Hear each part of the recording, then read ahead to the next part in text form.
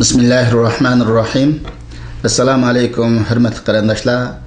Din va hayot nomli suhbat programmamizning navbatdagi bölümündə qiyin o'tkaldan qanday o'timiz degan mavzu ustida to'xtalamiz.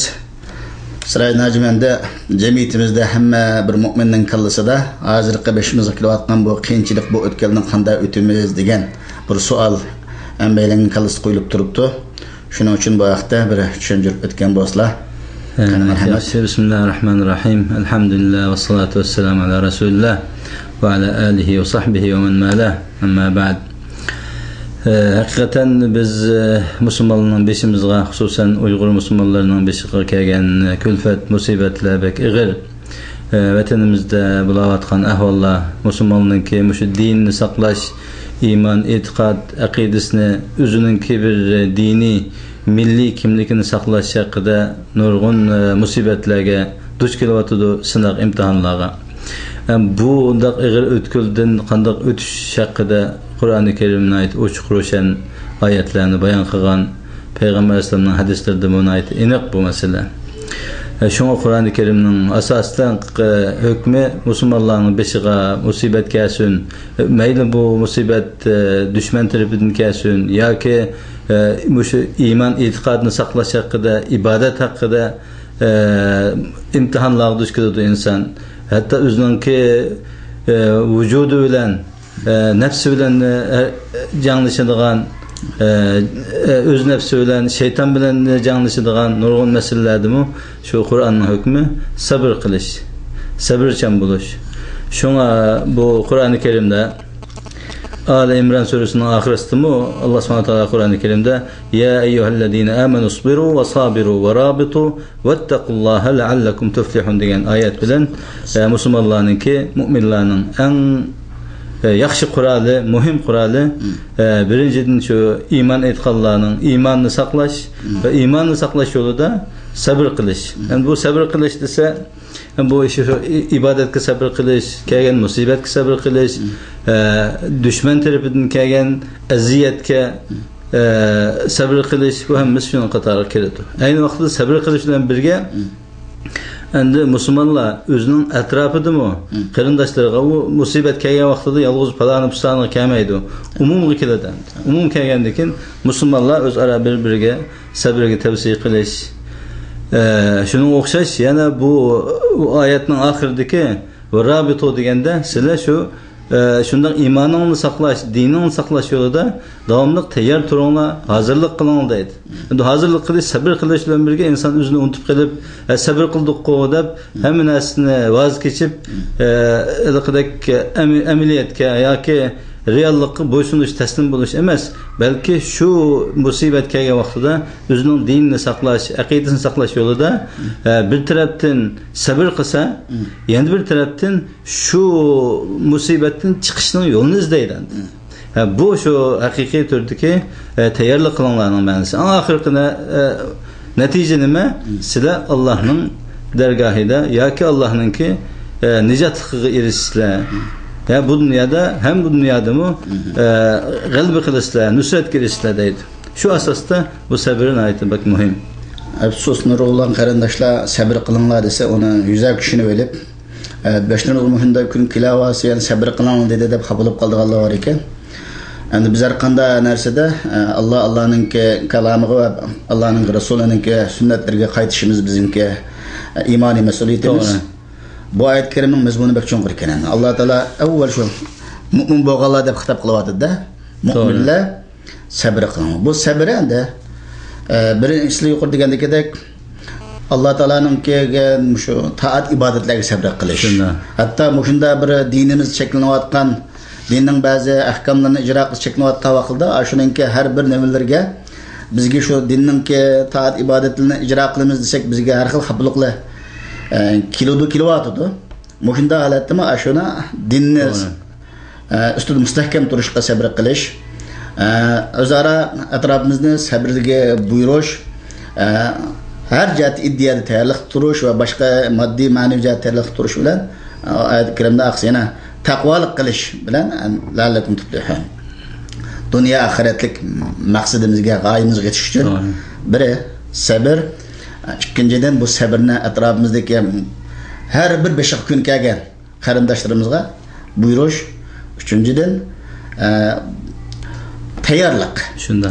Mayli senin qo'lingdan qancha kelsin, iddiyangda avval anandagi moddiy ma'naviy jihatda cho'qim men bu o'tkalda o'tib ketaman deb o'tishningki Qur'on hadisda buyurgan nurg'unlagan nimalar va ko'rsatmalari bu uchun tayyorlik qilish kerak. Shu orqali qanda cho'qim biz dunyo oxiratlik maqsadimizga najotlikqa, yaxshilikqa erishish uchun Alloh taolo bu oyat karim degan. Bu Tabir haqida kelgan oyat karimni undan boshqa bakjaqanda. Yani şu Sure Ali İmran'da yeni bir ayette ne mi deydi? Ve in tasbiru ve tettaku la yadurrukum keyduhum şey'a. Siz sabır kılsanlar, takva kılsanlar şu düşmanlarınki hile mekirleri, sizler kılgan eziyetleri sizlerge ziyan yetküzenmeydi. Yani sizin ahir hesapta siz galbi kılısılar, nicatlık kılısılar. Doğru bazı insanlar turmalarda hayatından ayrıldı, nurgun kıyın kıstakka duş geldi. Hatta bazı insanlar fakatla üzünün üyünü Kur'an-ı Kerim yadılaş için bir İslam dininin ki asasını ügünüş için belgen adamlarının öy vakları yıkıp taşlanırdı. Şunu okşayan meyli maddi, meyli manevi nurgun kıyınçılıklarına duş geldi. Yine ahir hesapta yine hakiki galibe müminlara. Bu galbi kılışının manası insanların düşüncesi de devamlı biz şu dünyada galbi kılımız, düşmanın üstünden galip kelimiz, biz zafer kazanımız, düşmanını mağlup kılımız emez. Hakiki galibe insan şu Allah'ın ki imtihanına sabır kılıp şu sabır kılış yolunda özünün imanını, vicdanını, itikadını yokatmayı Allah'ın dergahına baralasa vaxtida ondan adam kandak nusret tapıdı ya şehadet şerbetini içiyordu dünyadaki kılgan bütün hayat dünyadaki günahları keşirim kılıp en ahirde Allah'ın cennetiki müşerref kıldı. Ya Allah bu ayet xuddi bizga Uyg'ur xalqiga nazil bo'lgandagidek Allah Taala aytadi, sabr qilinglar, taqvolik qilinglar. Shunday qilsanglar, dushmanlarning hiyla kirisi, hech nimaga sizlarga zarar yetkazmaydi. Müşahidim ve ma Şeyh Ratib Nablisi şu ayetki tefsir kılıp deptiken ki şu müminler şu sabır kılış yolu neymiş kıldı? Ola hayatından ayrıldı, ot koyuldu, azaplandı ama ahir hesapta nusret gelişti, zafer kazandı. Nimişka ola özünün imanını yokatmagan idi. Şu imanını saklaganlığı için ola şunda zafer kazandı. Hakikaten bazı insanlar bizden ötendim o. Men biladigan nayet özellikdeki ihtiyatçan hizmet kılıp atkan aynı vaxtda ihtiyat kılgan kişiler şuncha ihtiyatçanlık bilen turup nayet bek dikkat bilen turup mu yana hazır turmalarda zindanlarda kıyınlıptı. Onun manası Allah Subhanahu Teala şu yaxşı kişilerninki kılgan emellerini kabul kılıp hakiki şu dünyada onu tekimi tavlap imanını güçlendirip kıyamette cennet bilen müşerref kılış için tekimi köp sınav imtihanlarına duş kilovatkalılığını körüvatımız. Bu belki ular için Allah'ın kelgen çok bir büyük nusret desek bulu dendi. Muşu musibetine. Müslüman oynaş gerek ki Allah Teala'nın kurdu. Biz maksat geçiş için Allah Teala bizden sabır buyurdu. Etrafımızdakilerin hem sabır kılışka tavsiye kılışımızı buyurdu. Tayyorlik turishimizni buyurdi.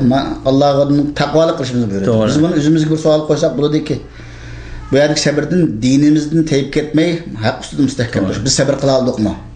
Mal asab nurg'unlagan anglayotimiz, ba'zi aziyatlarni deb o'zining islomidan, o'zining kelimasidan voz kechayotganlarni ko'ryapmiz, anglayapmiz. Ammo mush Qur'oni Karim bo'yicha biz shu ashunda qabul qilsami biz iymonimizda haq yo'lda sabr qilib tura olsak, maqsadimiz yetadiganligimizda shak yo'q Allohning bu oyat karimning hukmi bilan. Endi bunda sabr nayet intayin muhim mesele. Ama şu sabır bilen birge endi sabır imanning yerimi, belki imanning hammasi sabırdaydı. Yani sabır kılalık adam, sabır kılgan nemiş kıladı. Bazı ajunda musibet egil kelgen vaqtida özünü söylep yo'qotmay, hatta şu ajunda qiyin qistakka turmalarga kelgan vaqtidami şu imanni yo'qotmay, Allah'ın hakiki qadir razıq ekanligi, Allah bütün dünyadaki hem kudretlik zat ekanligini his qilib imanni texmi kuchlantiralsa, bu musibet an haqiqiy odam sabr qilgan bo'ladi, an iymoni uning kuchlanadi. Müslüman bo'lgan sabablik beşe kapılık giriş ahvali Rasulullah'ın devirdimi bo'lgan. Hozir beşe Müslüman bo'lgan sabablik arqali zulmlarga, besimlarga uchrayotdi da xalqimiz. Yani bu vaqtda bir hadislarni eslayapsizlar. Bu masalada hatta Payg'ambar alayhisolamninki shunday musibat sizlarga og'ir musibatlar keladi. Sizlar shunday qashshoqlikni, eng og'ir musibat kelishni tasavvur qilib, shuningga ideya jihatdan tayyorlik qilinglar. Sizlar ham bir tarafdan shunday og'ir musibat duch keladiganiga tayyorlik qilgan bo'lsin, ideya jihatdan ayni vaqtda musibat kelganda sabr qilishni o'rganinglar degan Peygamber Sallallahu hadislerinde sahabelara, hatta şu Bilal radıyallahu anh'ın, Ammar ibn Yasir radıyallahu anh'ın kitatkan kümlerdi mi? Sabran ali Yasir fe inne mev'idukumul cennet diyen meşhur hadis var. Ey ali Yasir sabır kılınla sizlerninki vədi qılınğan ornunla barıdığan cayınla cennetdir. Yani şu cennet hakikaten inşallah biz Allah Subhanahu taala biz milletni, biz xalqni özü yaxşı kögellik üçün şu ağır sınaqlarga duch keltirayotgan sınaqlarni berayotgan bo'lishi mumkin. Qancha bizga musibat og'ir bo'lsa, biz Allohga shuncha yaqinlashimiz, ayni vaqtida biz bu dunyoning lazzatini emas, qiyomatning jannatiga erishgan bo'lamiz. Yani bazı nimalarda hadislarda sizlar aldirab qilyapsizlar. To'g'ri. Sabr qilsangiz, inshaalloh oldingizda mustaqbal sizlarning degan mazmunlarda nurg'unlagan hadislar, asarlar kelganida inşallah yaxshi natijaga erishish uchun cho'qim sabr lozim. Qur'oni Karimda Alloh taolo muhaqqinda mushaqqatdan keyin yaxshilikdan bo'lganligiga va'da. Sahabalar şu yangi musulmon bo'lgan vaqtda şu din şu davrdagi mushriklarning aziyatiga sabr qildi. Keyin Alloh azza va jalla nima bilan şu sahabalar islom din kuchlandi, kengaydi. Hurmatli qarindoshlar, dersimizni bu yerda oxirlashtiramiz. Ko'ngil qo'yib anglag'anlarga rahmat. Assalomu alaykum va rahmatullohi va barakatuh.